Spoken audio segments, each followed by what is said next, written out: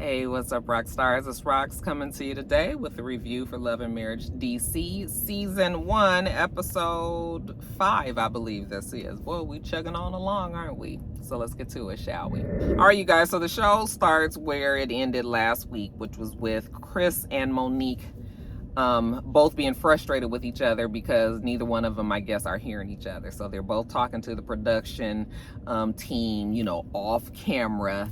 And anyway, after they kind of let off a little steam, they come back to the scene. Okay, can I come back in here? Are you over it? And Monique was like, yeah, come on in. And so, just like I told you guys last week, the problem that Monique has with Chris is that she's tired of everything just being surface. And, she wants a more deeper connection. Like I said, some people are just not deep, okay? Some people are not. I'm telling you, I couldn't be deep if I tried. What she wants from Chris, I don't even know if the man can give it to her, And then Chris tells her, like, listen, I understand your frustration. He said, I feel like I'm home every night.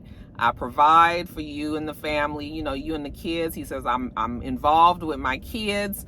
And to him, that is what a husband does, and he never thought about all of the other things. He's not saying that it's wrong, that's what Monique wants. It's just that he never had that in his makeup when he was thinking about being a husband. So now he's trying to do that, and she wants him to do it like pronto, and it's a process. Like, I don't know how he ever gonna be. Can you imagine Chris being deep? He's not. So he could keep on trying, and it's just not, if it don't come natural to you to be that type of person, that type of connected, deeper, spiritual, that, all of that, then it's not even gonna come off authentic, first of all, because there are just some people that are truly that type of person, and then there's some that just put on the act because that's what the end thing is right now. You need to be true to yourself. So I don't know really how these two are going to reconcile this, because to me, Monique is asking Chris to be something that he just is not and probably will never be. But good luck to him, okay? Y'all said in my comments that you think that Monique is drawing up her exit strategy, and she just might be doing that. Now, later on, we see Monique. She gets together with Winter, okay? Hey, girl. They sit down. Winter was just like, how was Africa? Did you connect with your husband? Monique said she was waiting on this big aha moment, and it didn't happen. And Winter kind of sees it the way that I see it, and just was like, Monique is just really hard on Chris. Chris is not a bad guy. Chris is trying to do better. She can stand to let her damn foot off his neck a little damn bit. Okay? Because Chris, at this point, he don't know what the fuck to do. Anyways, Winter gets to telling Monique about the lunch that she had with Tasha and Irena and Ashley.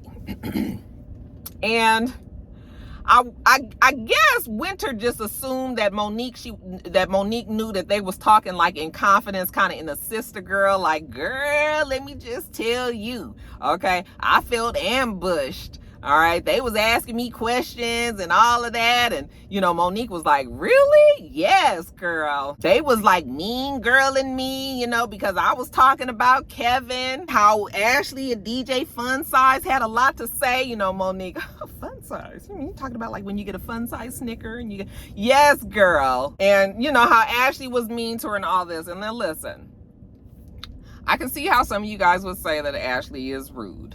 Okay, Ashley could stand to get a little touch of bedside manner in the way that she says and does things. I still don't think that she's rude, but I can see why other people would think that. But I'm having a problem with this conversation with Winter because I thought that Winter and the girls had all kind of squashed all this at the lunch.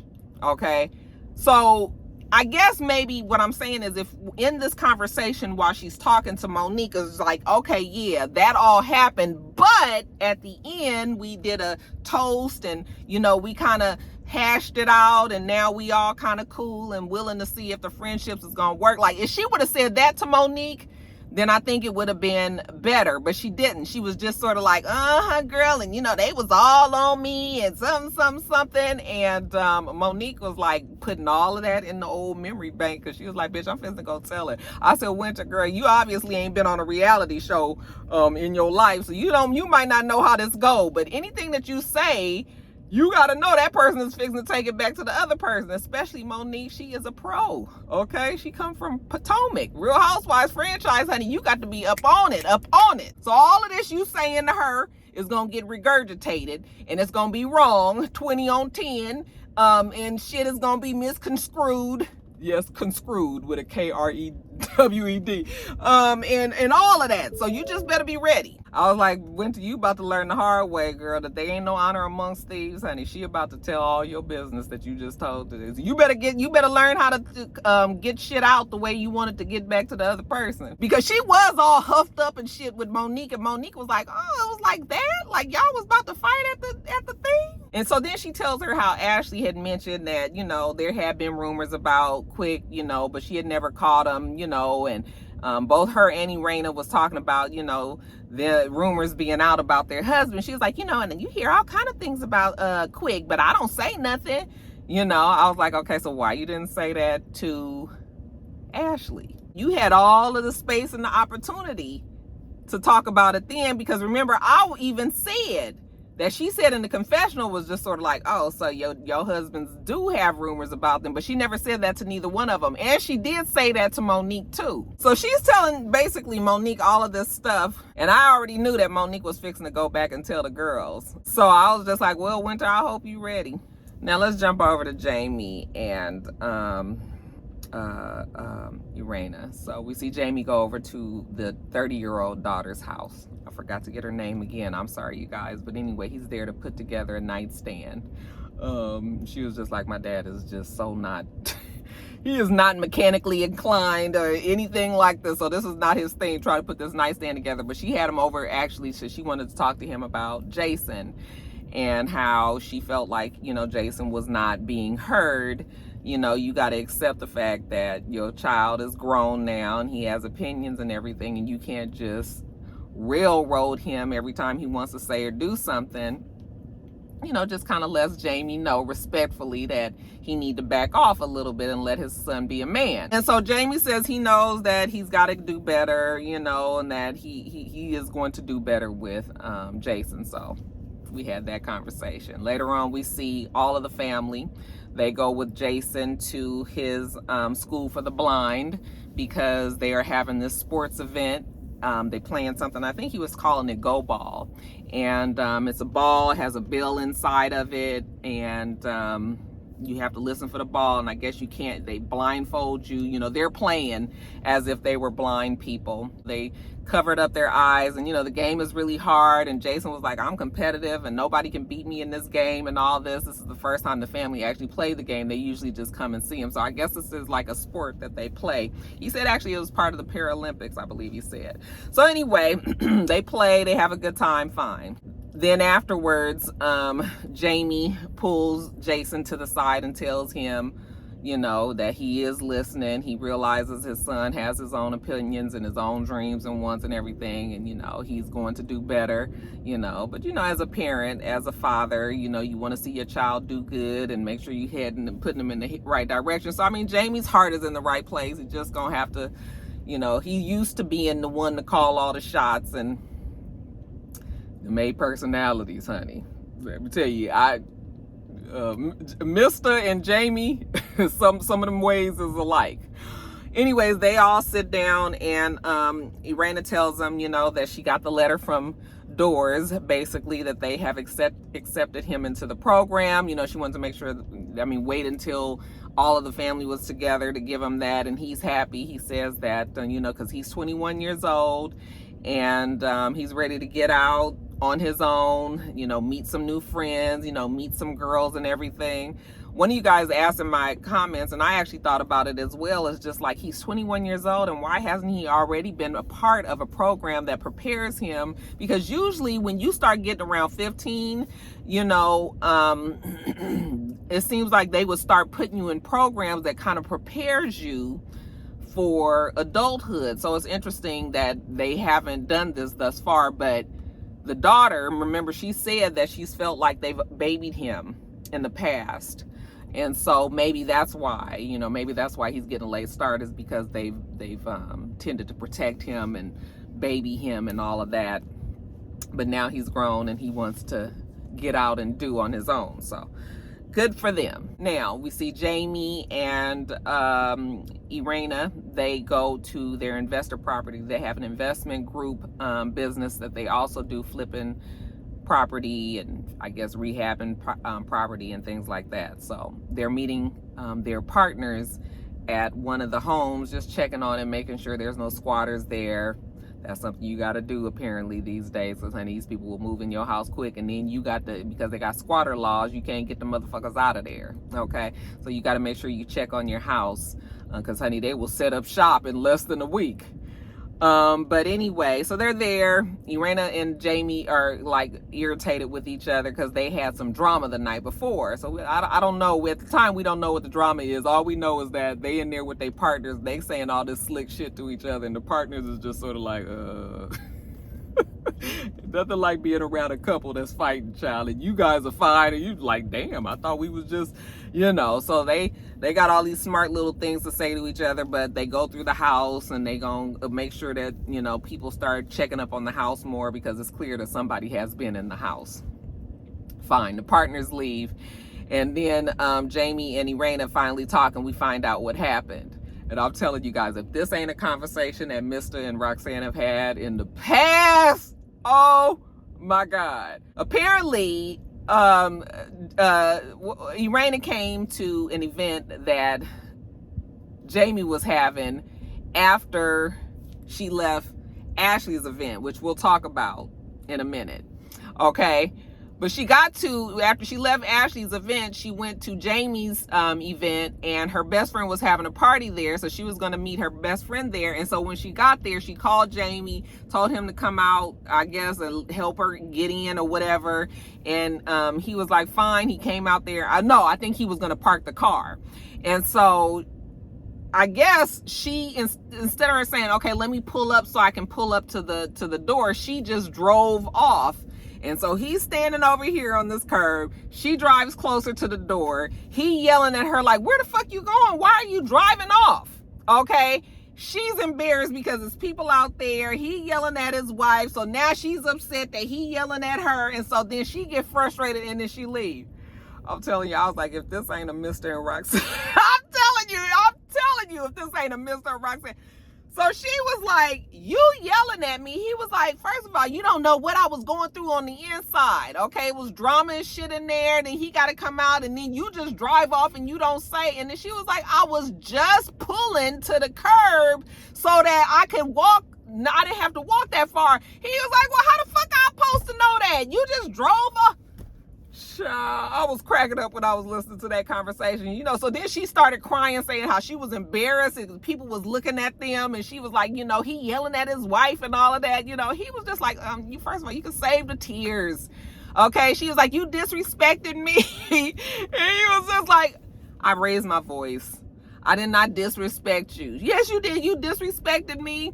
Okay. And so they got into this. Listen, it's a misunderstanding. Both of y'all came from some fucked up shit. Both of you guys was already on edge. And then you came to this thing. And just that quick, the shit could turn so left so fast, So she was like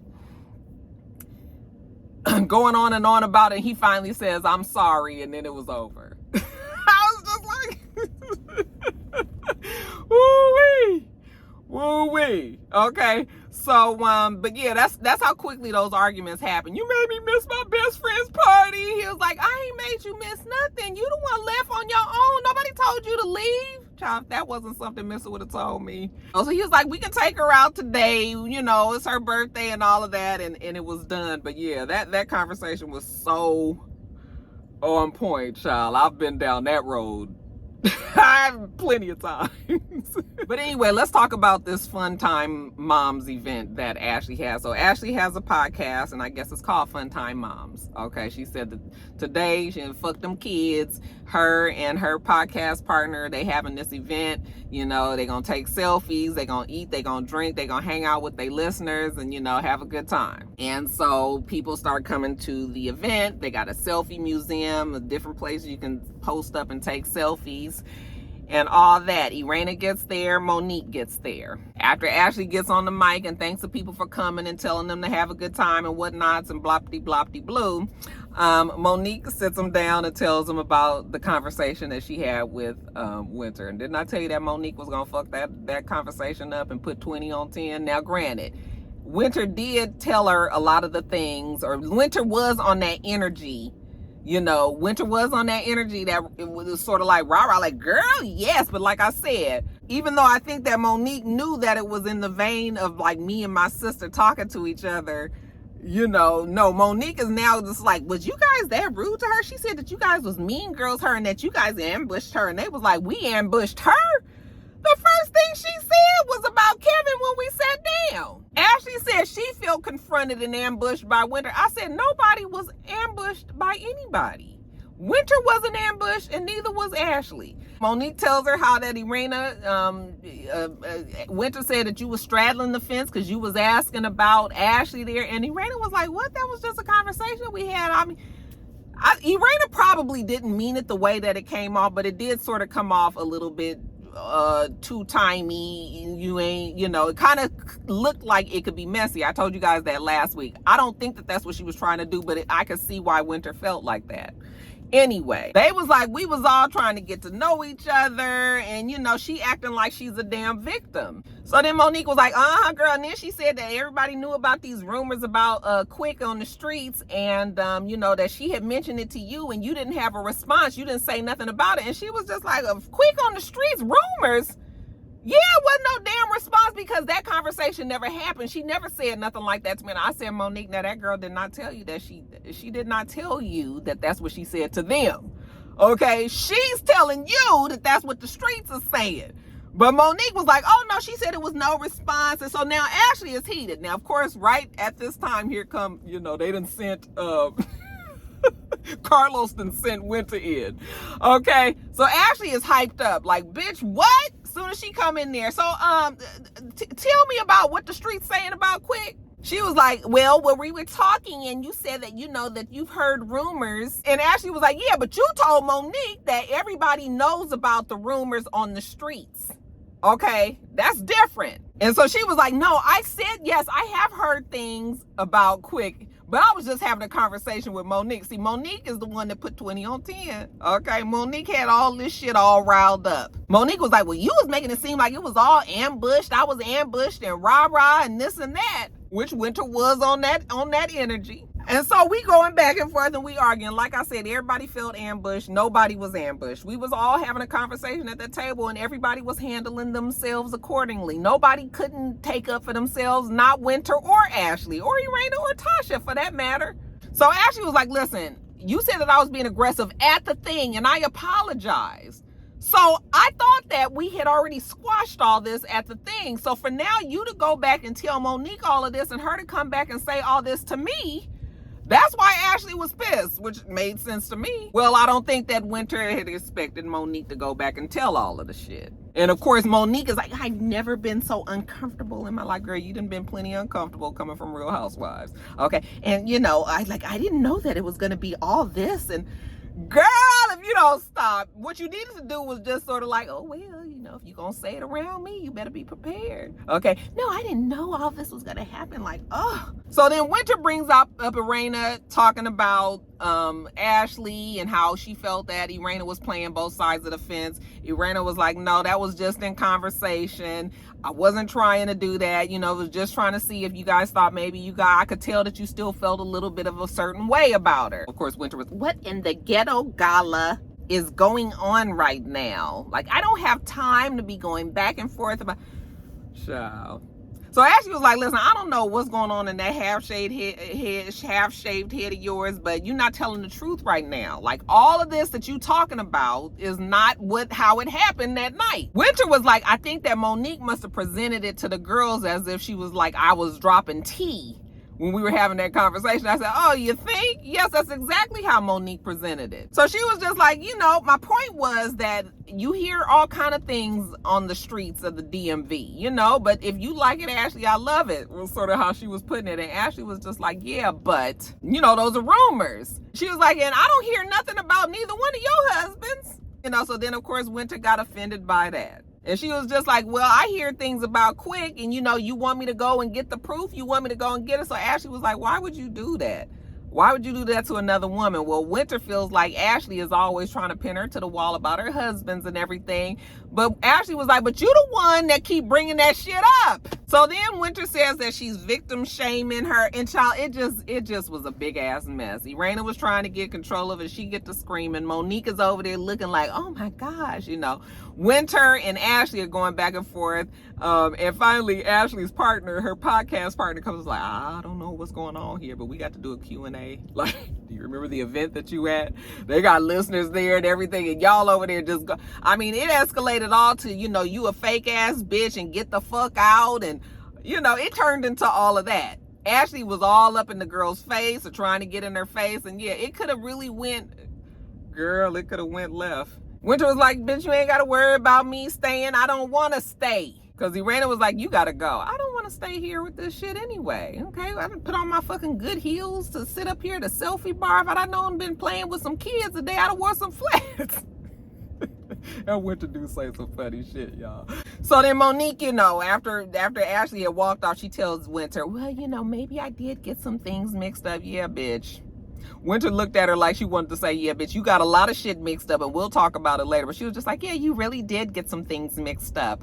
Okay. It's ironic to me that nobody is upset with Monique when Monique really did kind of get that conversation. But we're going to hear about it at the reunion. That's what we're going to hear about it. But Monique did put 20 on 10 on that. But that's kind of classic reality show, how the bone is carried and the way that people gossip and talk and all of that.